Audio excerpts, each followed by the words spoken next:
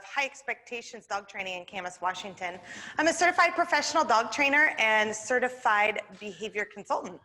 We believe that education and being proactive in training can help our dogs be happy in their homes. West Columbia Gorge Humane Society had the forethought to help the community to provide tips to reduce any anxiety that our dogs might start to feel when our schedules return to somewhat normal and we actually start to depart our house more than we have in the last 5 to 6 weeks.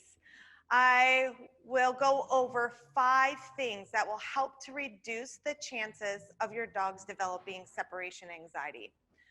The first is create a special space for your dog to relax and feel comfortable.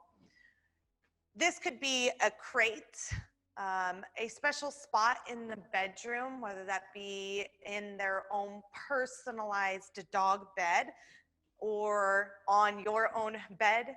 In the kitchen with maybe like a baby gate to create a comfortable, safe place that maybe they don't have the freedom of the whole house, but an area where they can feel more denned in like a crate can provide for a dog.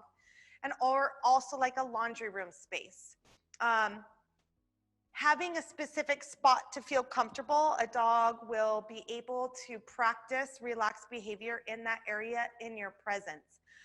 Then what you'll start to do is then incorporate that they can go to that spot when you're not around. It's a good idea when you're teaching your pup where their relaxed spot is that you provide them with something that is enjoyable for them. So enjoyable things such as a safe chew, that's something that you would feel comfortable with and watch them with and make sure that it's not a choking hazard.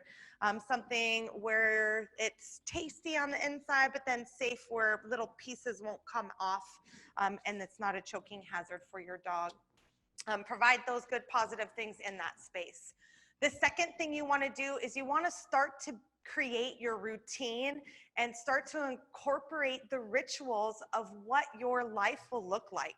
And so in this part, it's actually you have to do some of this work of answering some questions that I have for you.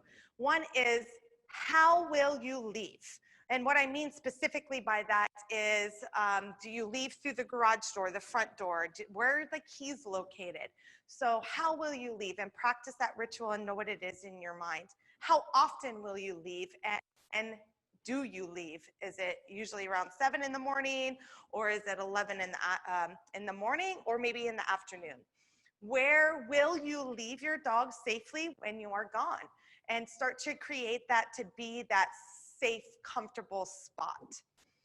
Once you've come up with that ritual, you're going to start to practice these departures with your dog. And this is step number 3, is actually practicing the rituals that you've set up. You're going to practice these departures, and while you're doing these departures, you're going through the ritual that you set up in step number 2.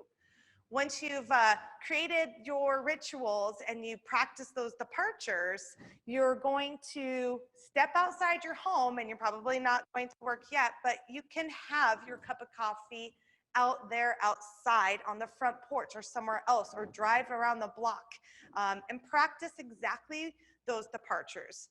Dogs love routines and consistency, and we kind of threw them all off, and a lot of dogs are actually stressed when we were home so often. So now they've gotten used to this routine of us being around all the time. We have to prepare them for the other routine that we're going to be having.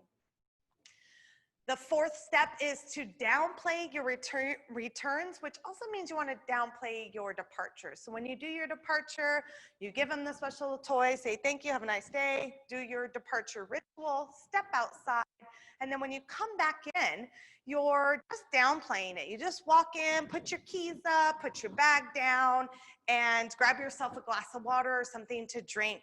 Then provide attention to your dog. And that is the final step. Do not withhold affection. So we want to continue to provide attention and affection with our dogs. And when you come home, downplay departure just means don't make a big fuss of it right when you walk in the door, right when your dog is really excited and anxious.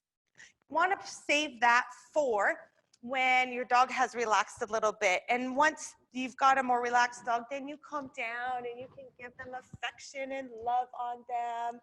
You don't ever want to withhold that affection, because that in itself can cause stress. I think sometimes that we think that that can be a solution to help our dogs. So let me recap them just real quick. The 5 tips to help our pups. 1, create a special, comfortable place for your dog to relax. Get them used to it, and give them something joyful in that space, whether it be a chew or a special treat. Create your routine and start to incorporate the ritual. 3, practice these departures with your dog. Actually set them up and practice it. And number 4, downplay your return. So when you come, you're just not going to come back into the house. Don't make a big deal of it. And 5, don't withhold attention from your dog. Go ahead and continue to provide affection, and they will do wonderfully, hopefully, with that transition of our moving back into work, if we set this up prior to us just one day leaving. Get them used to this new ritual so they can see that consistent routine of what's going to be happening.